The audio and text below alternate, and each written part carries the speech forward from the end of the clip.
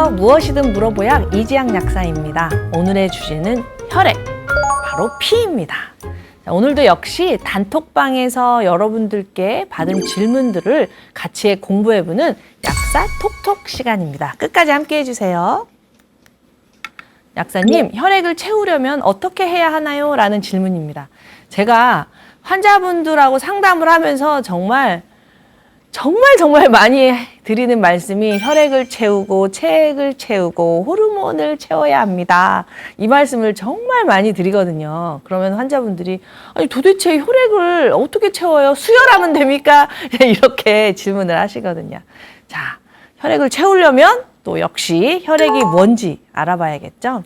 이 혈액은요, 우리 몸을 순환하면서 생명 활동에 필요한 물질들을 공급해주는 체액 중에 하나입니다. 그러니까 체액이 더 큰 범위이고요. 체액 중에 일부가 혈액입니다. 저 혈액은 이제 심장에서 지구 2바퀴 반을 돌면서 산소, 영양소, 또 호르몬을 운반하는 역할을 하죠. 또 노폐물도 운반을 해서 몸 밖으로 빼주는 아주 중요한 생명의 물질이죠.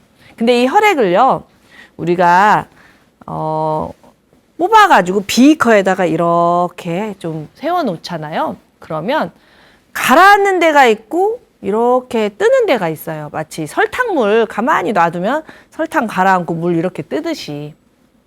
그래서 이렇게 가라앉는 거를 혈구라고 하고, 이렇게 약간 노르스름하게 뜬 물이 있거든요. 그거를 혈장이라고 하는데, 제가 이제 혈액을 채워라 이렇게 말씀을 드리는 부분은 바로 혈장.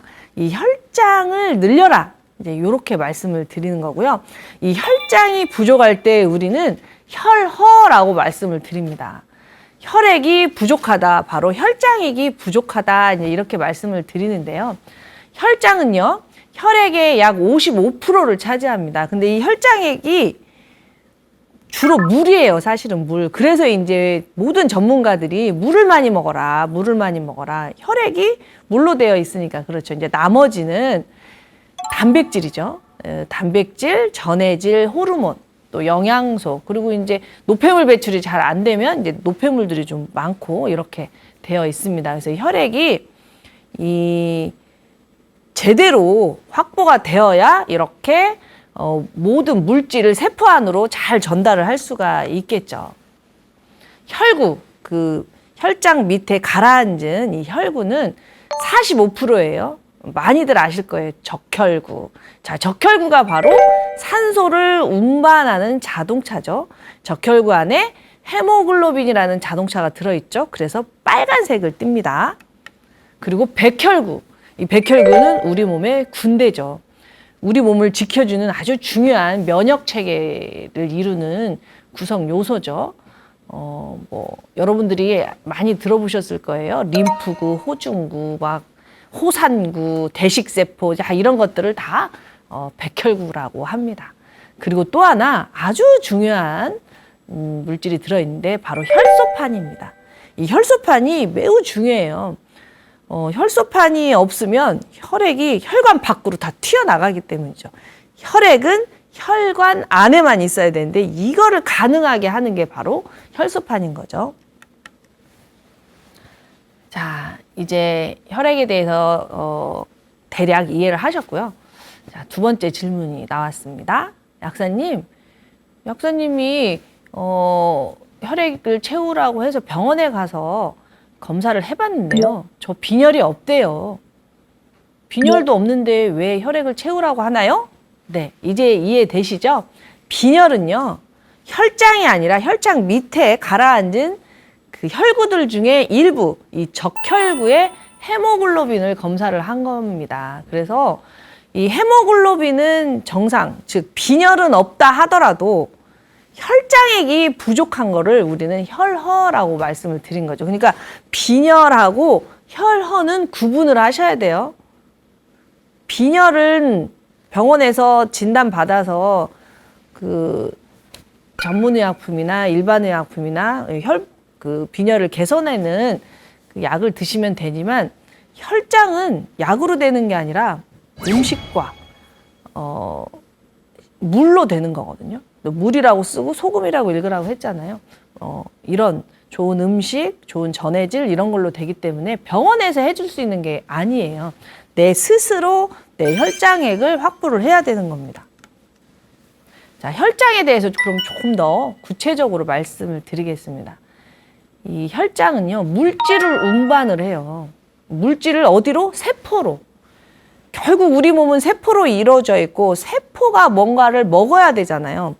우리도 밥을 안 먹으면 굶어 죽듯이 세포도 이 영양소가 들어오지 않으면 굶어 죽어요. 근데 혈액 속에 있는 이 혈장액이 세포로 영양소를 운반을 하는 거예요. 적혈구나 백혈구나 혈소판이 영양소를 운반하는 게 아니고 혈장액이 영양소를 운반을 하기 때문에 병원에서는 아무 이상이 없어도 좀 며칠 굶는다고 병원에 가서 검사해보면 무슨 질병이 생깁니까? 그게 아니잖아요. 그냥 기운만 없을 뿐이잖아요. 그런 것처럼 세포들이요, 이 혈장액이 부족하면 영양소를 공급받지 못해서 굉장히 기운이 없고 힘이 없고 삶의 질이 떨어집니다. 그래서 제가 혈액을 확보하라, 혈장액을 확보하라 이런 말씀을 드리는 거죠. 혈장의 중요한 역할은 첫 번째가 물질 운반. 그러니까 특히 어떤 영양소냐면 우리가 먹은 음식이죠. 우리가 먹은 음식을 위와 장에서 잘게 부수면 세포들이 먹기 좋은, 우리는 탄수화물, 단백질, 지방을 먹지만 사람은 그걸 먹지만 내 몸에 있는 세포들은 그거 못 먹어요. 효소들이 다 잘라서 세포 먹기 좋게 포도당, 아미노산, 지방산 요런 것들을 세포가 먹는데 요것들을 혈장액이 운반을 해준다는 겁니다. 두 번째, 혈장액의 중요한 역할은 바로 호르몬을 운반한다는 거예요. 호르몬이 혈액을 타고 온몸으로 신호를 보내요. 우리는 호르몬이 없으면은요, 일을 못해요. 세포는 호르몬의 신호를 받고 움직이거든요. 살 것인가, 쉴 것인가. 교감신경은 생존. 그러니까 막 이렇게 일을 하는 신경이고, 부교감신경은 쉬는 신경이잖아요. 이렇게 쉴 수 있는데, 이 교감신경, 부교감신경이 이렇게, 우리 몸속에 호르몬하고 연계를 해서 세포들에게 신호를 줍니다. 근데 이 호르몬이 혈액이 없으면 세포들에게 갈 수가 있어요? 못 가잖아요. 그래서 호르몬 때문에도 혈장액을 충분히 확보하는 게 너무너무 중요합니다. 또한 우리 생명체는 그 어떤 생명체든지 간에 뭘 먹으면 뭘 배설하잖아요. 우리도 음식을 먹고 소변과 대변을 보듯이 세포도 이런 포도당, 산소, 아미노산, 지방산 뭐 여러 가지 것들을 먹고 생명활동을 하고 찌꺼기를 내보냅니다. 자, 이 찌꺼기가 무엇을 타고 가요?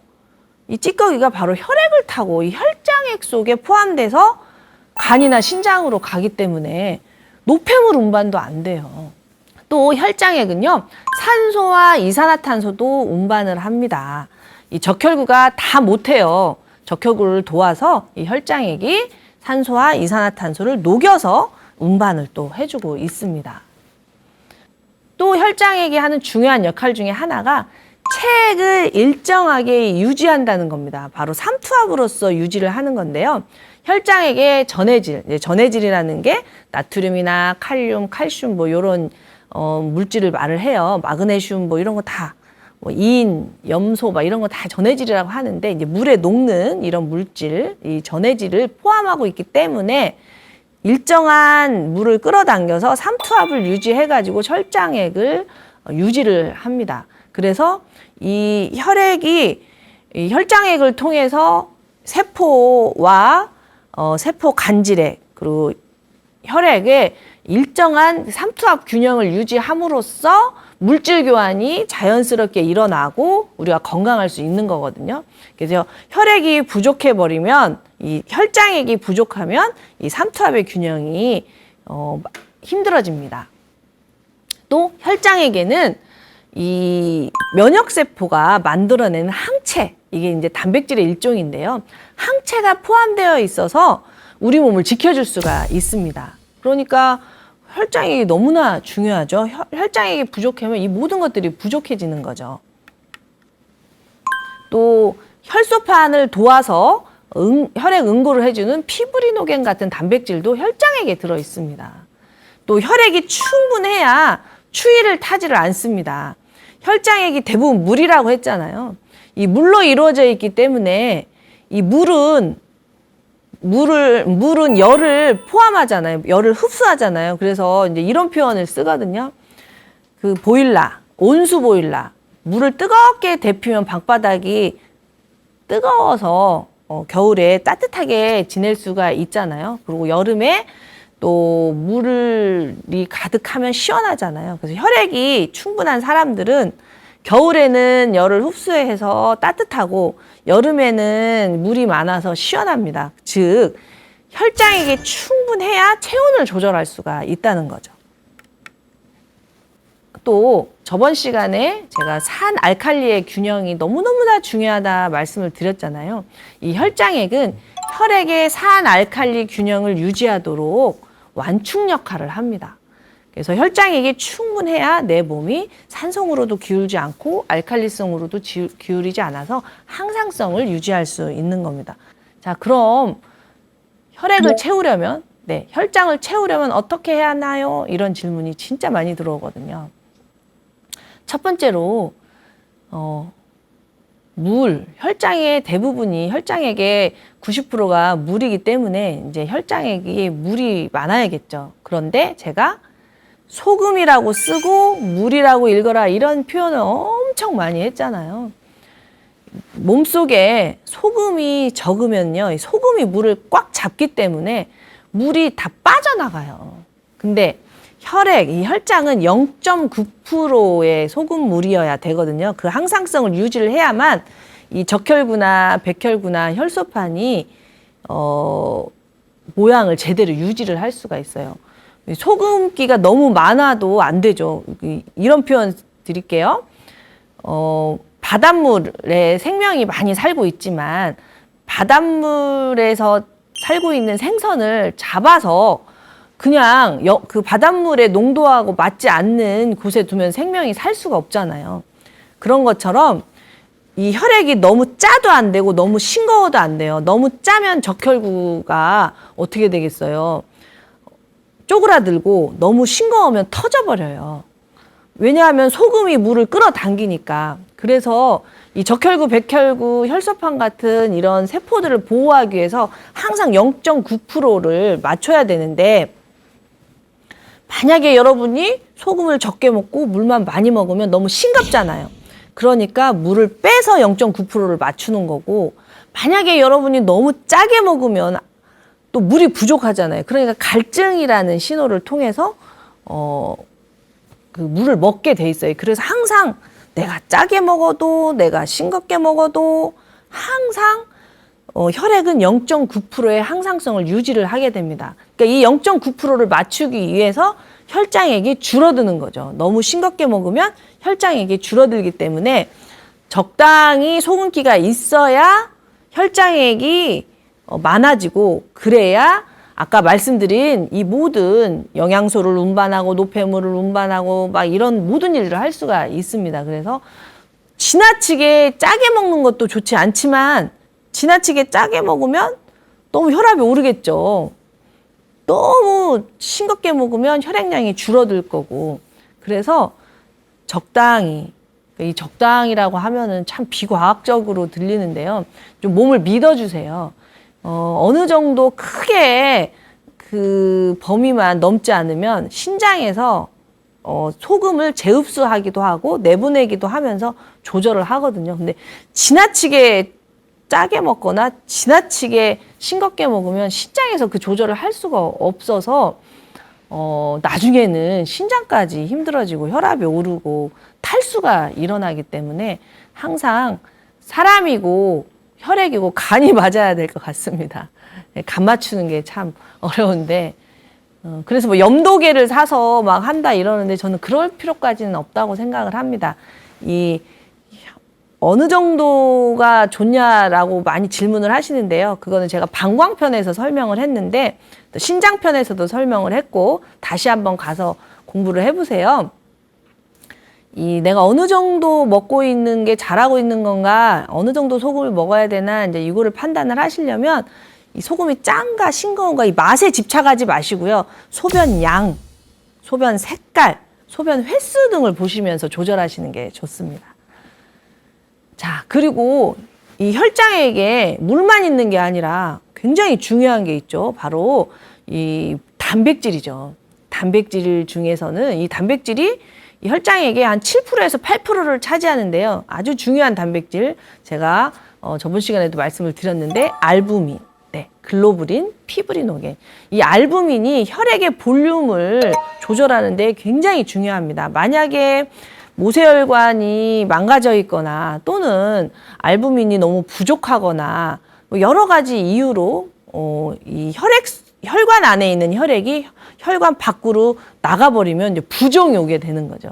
그래서 그 간이 나쁘신 분들이 알부민을 잘 만들어내지를 못해서 이 복수에 차기도 하고 그러거든요. 그래서 어쨌든 이 알부민은 단백질인데요. 간에서 만드는 단백질이에요. 단백질을 만들려면 단백질을 먹어야죠. 그래서 혈액을 채우려면 혈장액을 충분하게 유지를 하려면 단백질을 꼭 드셔야 됩니다. 자, 이제 글로불린이 아까 말씀드린 항체거든요. 이것도 단백질이에요. 피브리노겐도 단백질이고, 그러니까 적당한 단백질을 매 끼니마다 드셔주셔야 혈액량을 확보를 할 수가 있는 겁니다. 또 혈장액에 놓여 있는 것들이 바로 나트륨, 칼륨, 칼슘, 염소, 마그네슘, 뭐 이런 여러 가지 전해질이거든요. 그래서 항상 제가 그냥 물을 마시지 말고 전해질이 풍부한 물을 마셔라. 전해질의 대표가 소금이다 라고 말씀을 드리는데, 옛날에 비해서 요즘 현대인들의 전해질을 흡수할 수 있는 그런 통로가 많이 막혀 있대요. 옛날에는 우물물 먹었잖아요. 우물물. 우물물이 뭐예요? 그 계곡물, 우물물 이런 게 다 이 땅에 녹아 있는 전해질들을 물을 통해서 우리가 흡수를 했잖아요. 그런데 지금 우리가 다 정수된 거를 먹고 있고, 또 옛날에는 제철 음식을 많이 먹었잖아요. 제철 음식을 먹어야 토양이 살아있고 그 토양 속에서 전해질이 식물을 통해서 우리 몸으로 들어오는데, 우리는 요즘 제철 음식을 많이 못 먹고 하우스 음식을 많이 먹기 때문에 옛날 사람들에 비해서 요즘 사람들의 전해질 흡수량이 들어오는 통로가 훨씬 적다고 해요. 물론 위생은 훨씬 좋아졌죠. 영양소도 많아졌고, 옛날에 그 끓이지 않는 그런 물을 먹으면서 거기서 나쁜 균들이 많이 들어왔을 거고, 또 제철 음식만 먹을 수 있었던 시대에는 항상 먹을 것이 부족했었잖아요. 그러니까 그 옛날에 좋았던 것이 있고 지금 좋은 것이 있는 것 같아요. 그래서 우리는 이 부족한 것을 보완해 가면서 이제 생존 활동을 하는 건데, 그래서 제가 저희 아이들도 그렇고 저도 그렇고 꼭 그 식단을 아무리 열심히 해도 좋은 영양제를 먹다 하더라도 부족해질 수 있는 영양소가 바로 전해질이라는 생각이 들어서, 저는 이렇게 뭐 칼슘, 마그네슘,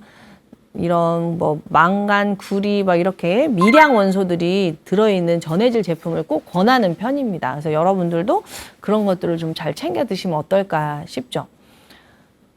네, 그리고 이제 혈액은 이제 우리가 먹은 음식을 분해해서 만든 영양소가 흘러다니는 곳이기 때문에 잘 먹어야 되겠죠. 잘 먹어서 혈액 속에 포도당이나 아미노산, 지방이 항상 이렇게 풍부해야 세포들이 원할 때 항상 영양분을 공급할 수가 있겠죠. 자, 이런 식으로 혈장을 채우려면 적당한 소금, 적당한 단백질이 가장 중요합니다. 그리고 적당한 미네랄, 물, 그러니까 소금, 단백질, 미네랄 이런 것들이 굉장히 중요합니다. 자, 혈장의 중요성 다시 한번 강조를 할게요. 혈장은 혈관 안에 흐르는 혈액의 일부인데요. 이 혈액 속에 있는 적혈구, 백혈구, 이 혈소판 등을 운반할 뿐만이 아니라 이 영양소를 운반하고 호르몬을 운반하는 아주 중요한, 너무나 중요한 물질입니다. 이 혈장이 충분해야 온 세포, 이 세포라는 게요, 안 중요한 세포가 없잖아요. 머리부터 발끝까지 모든 세포는 동등하잖아요. 모든 세포들에게 충분하게 혈액을 주려면 혈장액이 충분해야 됩니다. 그런데 우리가 생명을 지켜야 되는 생명체잖아요. 그래서 혈장액이 부족하면 생명활동에 꼭 필요한 곳에 혈액을 먼저 쓰고 생명활동에 좀 덜 중요한 곳까지는 혈액이 미처 갈 수가 없습니다. 그렇잖아요. 그래서 혈장액이 부족해지면 소외되는 세포들이 생겨요. 처음에는 젊었을 때는 혈장액이 좀 부족해도 그 소외되는 세포들이 견디고 참아주고 해주지만 나이가 들어갈수록 특히 갱년기가 넘어가면 그 세포들이 이제 도저히 못 견딘다라고 신호를 보내고 그게 바로 질병이 되는 거라 어릴 때부터 충분한 혈장액을 채우는 훈련을 해주셔야 될 것 같습니다. 자, 그럼 이런 질문도 들어왔는데요. 단백질은 어느 정도 먹어야 하나요? 이 단백질에 대해서 제가 여러 번 설명을 드렸는데요. 탄수화물, 지방하고 단백질은 확실히 다른 특징이 있습니다. 바로 질소를 함유했다는 거죠. 질소. 이 질소가 세포를 만드는 벽돌인데요. 이 질소가 있어야 우리 몸이 구성이 되기 때문에 우리는 단백질을 먹어야만 이 몸을 유지할 수가 있습니다. 밥하고 김치나 지방만 먹어서는 몸을 유지할 수가 없죠. 탄수화물은 세포가 쓰는 에너지원이고 지방은 세포를 보호하는 파수꾼이고 세포를 만드는 것 자체는 단백질인데 이 단백질은 질소를 함유하고 있기 때문에 한정없이 먹을 수가 없다는 게 여러분이 꼭 아셔야 될 포인트죠. 그리고 이 단백질이 있어야 만들어지는 게 많잖아요. 몸만 만들어지는 게 아니라 호르몬도 만들고 신경 전달 물질도 만들고 이 만드는 게 너무나 많기 때문에 우리 몸속에서는 이 생명활동에 꼭 필요한 일정 정도의 단백질의 항상성을 유지하려는 기전이 발달되어 있어요. 그거를 바로 아미노산 풀이라고 하거든요. 이 아미노산 풀은요, 약간 그 가상의 개념이에요. 이 체내에서 이 아미노산을 저장해주는 시스템인데요. 단백질이 항상 부족하지 않도록 이 풀에 항상성을 유지하고 있다. 이렇게 이해를 하시면 됩니다. 우리가 밥을 안 먹거나 아무리 스트레스를 받거나 뭐 어떤 상황이든지 간에 생명, 죽지 않으려면 이 정도의 아미노산은 항상 가지고 있어야 된다. 요렇게 이해를 하시면 되거든요. 그러니까 여러분들이 만약에 밥하고 김치만 먹게 되잖아요. 단백질이 들어오질 않아요. 그러면 이 아미노산 풀, 생명 활동을 위해서 이 아미노산 풀에 항상 일정 정도의 아미노산이 있어야 되면 어떻게 해요? 있는 단백질을 녹여서 쓰는 수밖에 없어요. 그래서 근육을 녹이고 결합 조직을 녹여서 아미노산 풀을 채워 놓습니다. 그러니까 밥하고 김치만 먹게 되면 점점 근육이 줄어들고 결합 조직이 줄어들면서 질병에 가속화되기가 쉬운 거죠. 그래서 항상 일정 정도의 단백질을 드셔주셔야 되는데 아까 말씀드린 대로 단백질은 질소를 가지고 있기 때문에 많이 먹는다고 해서 많이 채워놓을 수가 없어요. 질소는 무척 위험한 물질이라 필요 이상의 단백질이 들어오면 다 분해를 해서 질소는 내보내고 남은 그 원소를 가지고 탄수화물 대신 원료로 쓰거나 지방처럼 저장을 합니다. 매 끼니마다 이 손바닥 정도의 단백질을 식물성, 동물성 골고루 드시는 게 가장 좋습니다. 옛날처럼 많이 먹어라 이게 아무 의미가 없어요. 옛날에는 뭐 워낙 못 먹고 살았기 때문에 많이 먹어라 이랬는데 지금은 먹을 것이 넘쳐나는 시대라서 절대로 많이 드실 필요가 없고 매 끼니마다 조금씩 드셔야 되고 많이 먹게 되면 그것을 분해하기 위해서 질소를 분해해서 처리하느라고 간하고 식장에 무리가 간다는 거 그거를 아시면 됩니다. 자, 또 이런 질문이 들어왔네요. 약사님, 체액을 채우려면 어떻게 하나요? 제가 아까 말씀드렸죠? 체액 안에 혈액이 포함되어 있다고요. 체액은 우리 몸 안에 존재하는 모든 액체를 다 통틀어서 말합니다.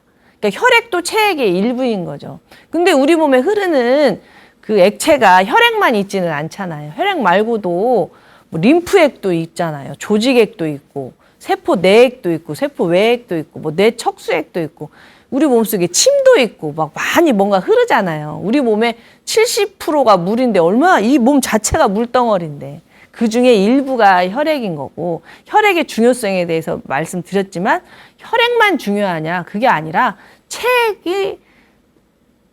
혈액을 포함한 책 자체가 많아야 된다는 거죠. 즉, 책 이렇게 말씀드리지만 사실은 우리 몸이 세포로 이루어져 있기 때문에 이 세포 내 가장 중요한 물은 세포 안에 있는 물이죠. 세포 안에 있는 물이 마르지 않아야 됩니다. 세포는 물이 없으면 일을 할 수가 없어요. 우리 삶하고 똑같아요. 인간이 물이 없으면 생명활동을 할 수 없는 것처럼 세포도 세포 안에 물이 가득해야 생명활동을 할 수 있어요.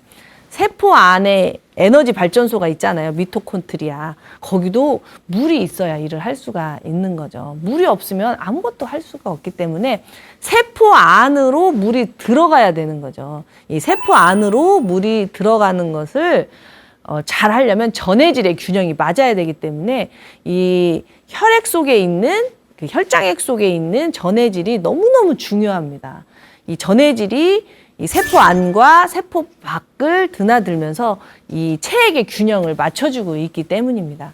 무엇보다도 정말 중요한 것은요, 이 세포 안에 물이 부족하지 않으려면 세포 밖에 있는 물, 즉 세포 간질액이 부족해지면 안 됩니다. 세포 간질액이 있어야 세포 내액이 마르지를 않아요.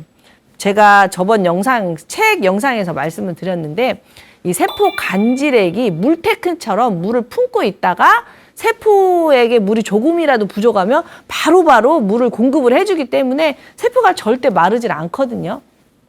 그런데 교감신경이 항진되어 있고 제대로 못 먹고 또 질병에 시달리고 이러면 세포 간질액이 다 없어져요. 세포 외 기질, 세포 밖에서 세포를 보호하고 있는 결합 조직이 다 없어지는 거죠. 왜? 일단 살고 봐야 되니까 세포 외 기질을 다 녹여서 에너지로 써버린단 말이에요. 그러면 세포의 기질이 품고 있는 게 세포 간질액인데 세포의 기질이 없으니까 세포 간질액을 품을 수가 없죠. 그러면 세포 안으로 물을 넣어줄 수가 없는 거죠. 우리가 저 같은 경우도 항상 물 잘 먹으려고 하지만 오늘처럼 녹화가 있는 날 뭐 장기적으로 뭔가 집중해야 되는데 물을 못 마실 수도 있잖아요. 근데 물을 못 마시더라도 제 세포 외 기질이 결합 조직이 튼튼해서 세포 간질액이 많으면 이 간질액에서 세포 안으로 물을 넣어주기 때문에 건강을 유지할 수가 있는 거죠. 그러나 세포의 기질, 결합 조직이 없는 사람은 세포 간질액이 부족하고 조금만 힘든 일을 하거나 조금만 끼니를 거른다면 세포 안으로 물이 들어가지 못해서 세포가 일을 못하게 되고 그러면서 질병으로 가게 되거든요. 그래서 체액을 채운다는 것은 어쩌면 결합 조직을 만들고 결합 조직이 이 물을 많이 품을 수 있는 환경을 만든다. 이렇게 이해를 하시면 좋을 것 같습니다.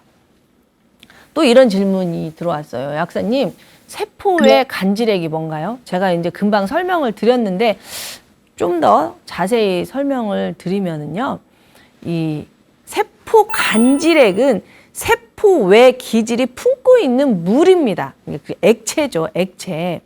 이 세포의 간질액이 세포의 기질을 채우는 거죠. 이 세포의 기질을 결합 조직이라고 말을 하고요. 여러분들이 그 많이 드시는 콜라겐 있죠. 이 콜라겐이 바로 세포의 기질을 채우는데 매우 중요한 단백질이에요. 그 세포의 기질이 많아야 세포를 보호하는 쿠션 역할을 하죠. 이 컨테이너 집은 여름에는 더워서 힘들고 겨울에는 추워서 힘들잖아요. 왜? 단열재가 없어서 그렇잖아요. 컨테이너 박스 같은 집은. 그런데 단열재가 풍부한 이런 집은 이 세포의 기질이 물을 품기 때문에 이 물이 있으면 열을 흡수해서 겨울에는 따뜻하고 여름에는 또 시원하잖아요. 그래서 그 건물에 단열재가 있는 것처럼 사람도 이 몸에 단열재, 이 세포의 기질, 결합 조직이 충분해야 물을 품어서 이렇게 세포가 탈수에 시달리지 않고 체액을 충분히 확보할 수 있는 겁니다. 이 세포의 기질이 또 잘 만들어져야 세포들 간에 신호 전달이 잘 돼서요. 세포들이 고립되거나 왜곡되거나 염증을 일으키거나 하지도 않거든요. 세포들이 서로 연대하고 소통하고 화합해서 우리 몸을 건강하게 만들어줍니다. 자, 또 이 질문 들어왔습니다. 약사님, 그런데요. 혈액과 체액이 부족한지 어떻게 알아요? 저는 병원에 가서 검사를 했는데요. 아무 이상이 없대요. 그런데 저는 너무너무 힘들어요. 이런 환자들 정말 많거든요.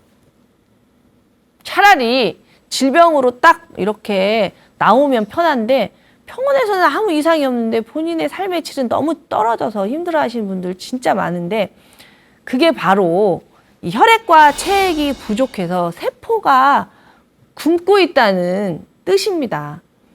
체액편에서 말씀드렸지만 혈액과 체액이 부족해지면 논바닥이 갈라지듯이 세포가 메마르게 됩니다. 갈라진 논바닥에서 아지랭이처럼 열이 피어오르듯이 우리 몸속에서도 열이 피어오르는 거죠. 세포가 굶주려서 메마르고 열이 오르는데요. 그걸 구체적으로 하나씩 말씀을 드려보겠습니다. 첫 번째로요. 혈액과 체액이 부족하면 머리가 아파요.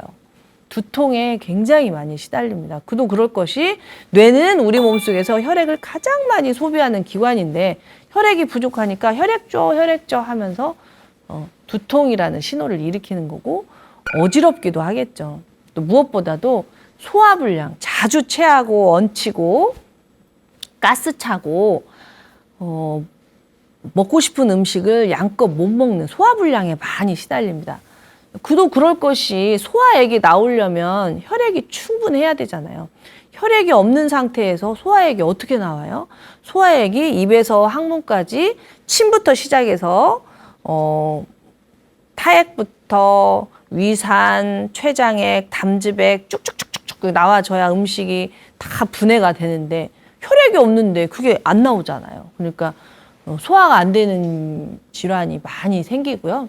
안구 건조증이 많이 생깁니다. 눈은 물을 많이 품고 있고 콜라겐 이렇게 탱탱한 젤라틴처럼 이 결합 조직이 있어야 물을 품잖아요. 근데 혈액과 체액이 부족하면 어떻게 물을 품겠어요? 그러니까 안구 건조증이 시달리는 거죠. 그리고 혈액이 충분해야 잠을 잘 수가 있습니다. 여러분들 그런 경험 있으시죠? 피곤해 죽겠는데 잠이 안 온다. 그게 바로 혈액이 부족하다는 신호예요. 잠을 자려고 해도 뇌세포도 혈액을 먹고 일을 해야 될 거 아니에요. 근데 뇌세포가 먹고 쓸 혈액까지 다 일하는데 써버리면 뇌세포가 먹을 혈액이 없어서 잠을 잘 수가 없는 거죠. 열은 많아지고. 잠을 자려면은요, 코티솔은 줄어들고 멜라토닌이 많아져야 되거든요.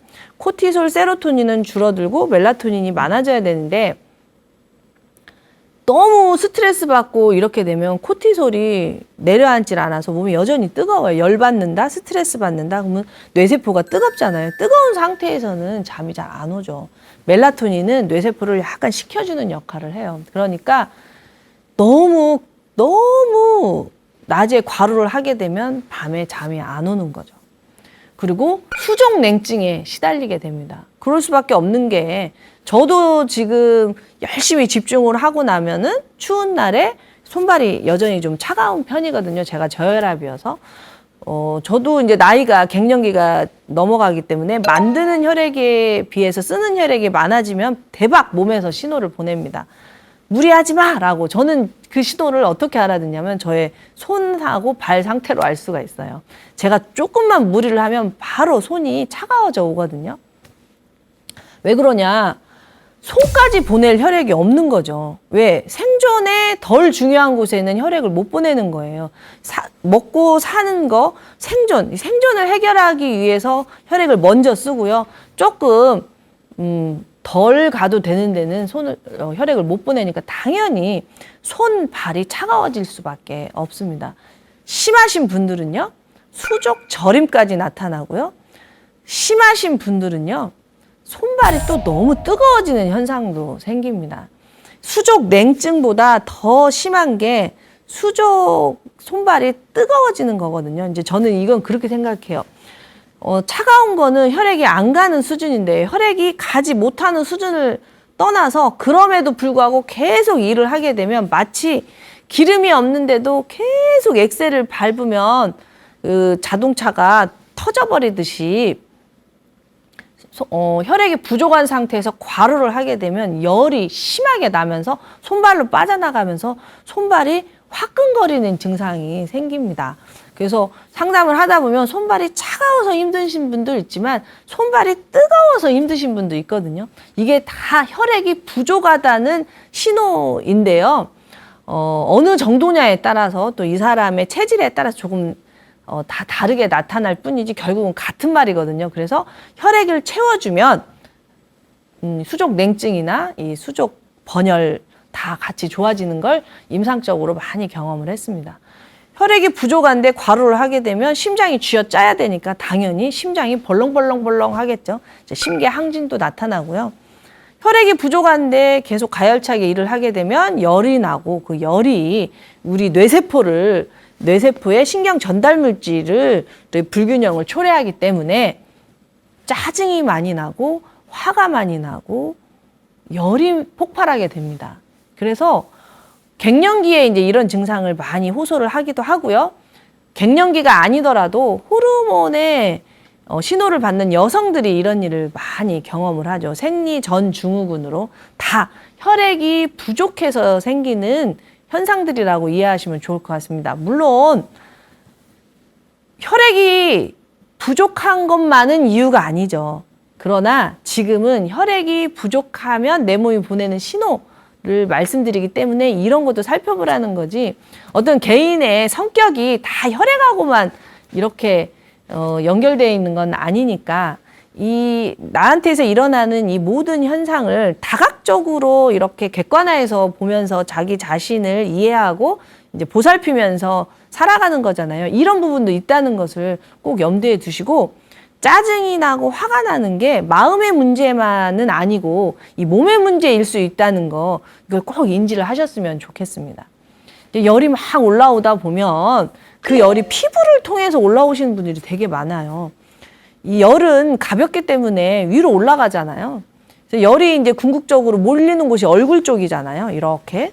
그래서 이 안면 홍조로 시달리는 사람도 굉장히 많습니다.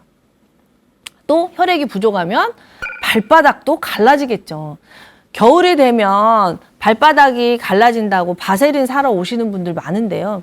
저는 이제 그분들에게 혈액 부족을 말씀을 많이 드리고 있습니다. 물론 바세린이 도움이 안 되는 건 아니고, 바세린이 기름이기 때문에 우리 몸에 이 물이 증발하는 걸 막아주니까 도움은 되지만, 좀 더 근본적으로는 왜 내 발바닥이 갈라질까라고 좀 살펴보면서 체액과 혈액을 보충해주는 쪽으로 균형을 잡아주면 좋을 것 같습니다.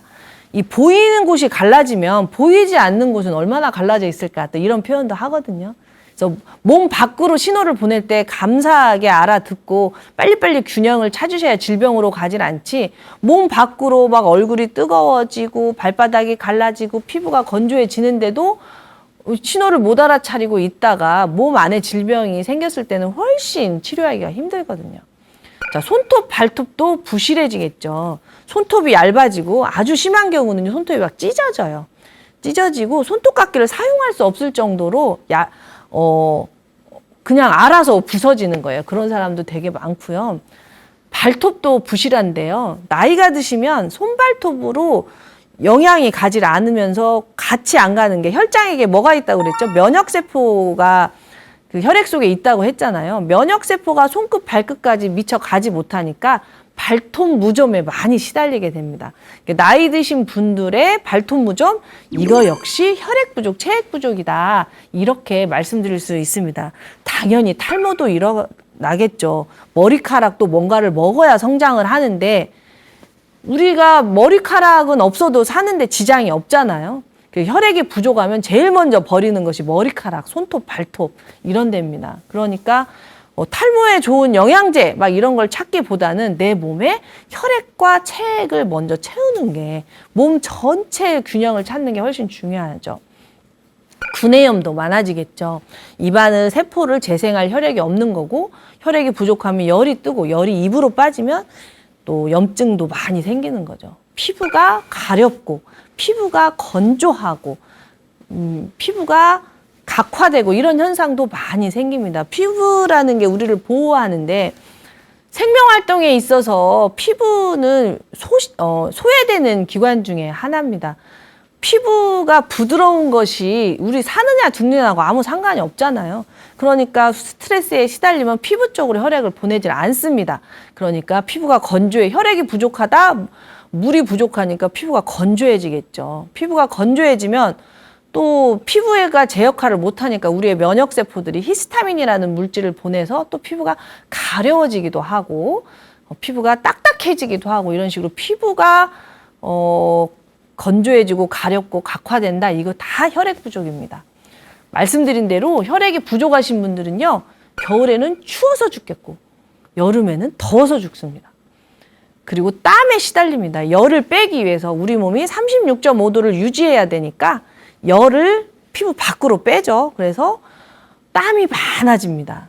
특히나 잘 때 식은땀이 많아집니다. 그래서 땀이 많아진다. 이것도 몸이 보내는 신호예요. 혈액과 체액이 부족해진다는. 또 코딱지가 많아집니다. 혈액이 부족하다. 점막에 보낼 혈액이 없다. 점막이 말라 비틀어진다. 안구 건조증도 있고 혀가 건조하죠. 혀가 아주 그냥 소태 같다. 뭐 이런 표현들 많이 하시거든요. 어르신들이 혀가 말라요. 입이 너무 마른다. 이런 표현도 하시고 코딱지가 너무 많이 생긴다. 이런 표현도 하는 거예요. 그래서 애들이 코딱지가 많죠. 왜 그래요? 애들이 열이 많잖아요. 열이 코를 말려서 코딱지가 많아지는 거예요. 그래서 여러분들이 코딱지가 많다는 걸 부끄러워할 게 아니라 몸이 보내는 신호인 거예요. 아, 내가 코딱지가 많다? 혈액과 체액이 부족하구나. 이렇게 알아들으셔야 돼요. 그리고 마른 기침이 많아집니다. 병원에 가면 아무 이상이 없는데 기침을 계속 하는 거예요. 마른 기침. 캑캑캑. 캑캑. 이 마른 기침이 많아지는 것도 기관지 점막이 건조해져서 몸이 보내는 신호입니다. 위축성 위염, 장상피, 화생 뭐 이런 것도 다 사실은 체액 부족인 거죠. 왜요? 위 점막이 혈액이 없으니까 말라 비틀어지는 거잖아요. 오징어처럼 오징어 위 점막을 제가 오징어에 비유를 해서 많이 설명을 드리는데요. 생오징어처럼 말랑말랑하고 이렇게 탄력이 있어야 되는데 혈액이 없고 말라 비틀어지면은 그 마른 오징어 같이 되는 거죠. 그것을 이제 제가 위축성 위염에 빗대어서 많이 표현을 하는데 이해가 되시죠? 온 점막이 건조해지는 거죠. 자, 이렇듯이 혈액과 체액이 부족하면 온몸이 신호를 보냅니다. 이 온몸이 신호를 보내는데 그거를 알아차리지 못하시면은요, 드셔야 될 약이나 가야 될 병원이 너무 많아지는 거예요. 그러나 혈액과 체액의 균형을 딱 맞춰주면 이 모든 증상들이 사라지는 거죠. 세포들이 꿀꺽꿀꺽꿀꺽 혈액을 마시면서 균형을 찾으면서 몸이 정상화되는 거예요. 목마른 사람한테 물을 줘야지 다른 백날 다 갖다 줘봤자 아무 소용 없잖아요. 체액과 혈액이 부족한 세포들에게 혈액을 줘야지 오만 영양제 다 갖다 줘도 아무 소용이 없습니다. 그래서 여러분들이 그동안 그렇게 많은 영양제를 복용을 해도 효과가 없었던 거예요. 그런 여러분들이 먹은 영양소를 혈액이 운반을 해줘야 되는데 혈액이 없는데 어떻게 세포까지 전달이 돼요? 부작용만 많아지는 거죠. 그죠? 아셨죠? 여러분들 혈액과 체액을 채우는 게 이렇게 중요한 겁니다. 자, 그럼 어떻게 해야 될까요? 혈액과 체액을 채우려면 근본에 충실하면 됩니다. 혈액이 필요하지 않고 체액이 필요하지 않은 세포가 있나요?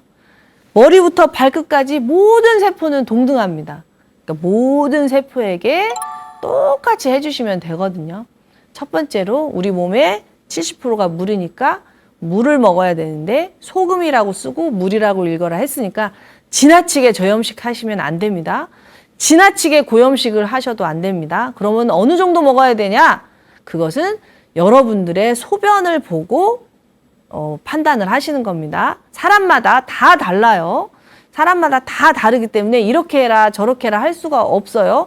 본인이. 왜냐하면 내가 땀을 많이 흘리는 직업일 수도 있고 내가 가만히 앉아있는 직업일 수도 있고 내가 공부를 많이 하는 직업일 수도 있고 다 틀리잖아요. 그래서 내 몸이 필요한 그런 상황이 다 틀리단 말이에요.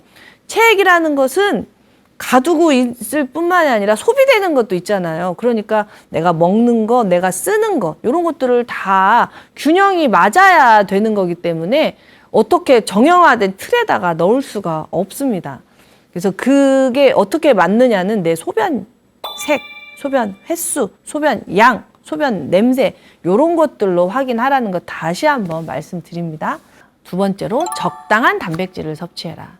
아셨죠? 단백질이 혈장에게 아주 중요한 부분이니까 매 끼니마다 단백질 섭취하시고 또 혈액을 채우는 것도 중요하지만 혈액이 새는지도 확인을 하셔야 돼요. 커피나 술이나 담배나 뭐 이런 음식들은요. 몸에서 혈액을 뺏어가는 혈액 도둑들입니다. 자, 이런 것들 확인하시고요. 그리고 무엇보다도 몸속에 있는 염증을 해결을 하셔야 됩니다. 염증이 진행되고 있으면 이 염증을 해결하기 위해서 혈액 소비량이 엄청 많아지거든요. 이 염증에 있어서 가장 중요한 곳이 바로 장이죠. 장이 건강해야 혈액이 새지를 않습니다. 염증이 진행되고 있으면 우리 몸에서 이 염증을 해결하기 위해서 결합 조직을 자꾸 녹여요. 어떻게든 살아남기 위해서 결합 조직을 자꾸 녹이고 결합 조직이 없어지면 물을 품을 수가 없고 그러면 세포는 자꾸 탈수에 시달리게 되니까 일단 몸속에 불이 났으면 염증을 불이라고 하잖아요. 그것부터 해결을 해주셔야 됩니다. 자율신경의 균형을 맞추는 게 너무 중요하죠. 교감신경이 너무 항진되어 있으면 뇌는 끊임없이 살아남기 위해서 생각을 해야 되고 이 생각이 많아지면 신경 전달 물질을 많이 소비해야 되는 거고 신경 전달 물질이 많아진다는 게 바로 혈액을 소비한다는 겁니다. 그래서 우리가 스트레스를 받으면 받을수록 혈액은 소모가 많이 됩니다. 그래서 항상 몸과 마음의 균형이 중요하죠. 자, 결국 이 혈액을 채우고 체액을 채운다는 것은 이 몸과 마음의 신호를 알아차리고 몸과 마음의 균형을 찾는 거죠. 그래서 내가 먹는 음식, 내가 하는 생각, 내 감정 상태 이런 것들을 다 살펴봐서 바로바로 균형을 찾는 것이 바로 혈액과 체액을 채우는 비법인 것 같습니다. 늘 솔루션은 아무리 많은 그 질환이나 내 몸의 신호를 얘기를 해도 결국 솔루션은 같아서 좀 허망한데요. 기본에 충실하는 것이 건강을 지키는 거라는 걸 다시 한번 확인을 해봅니다. 자, 오늘도 함께 해주셔서 감사합니다.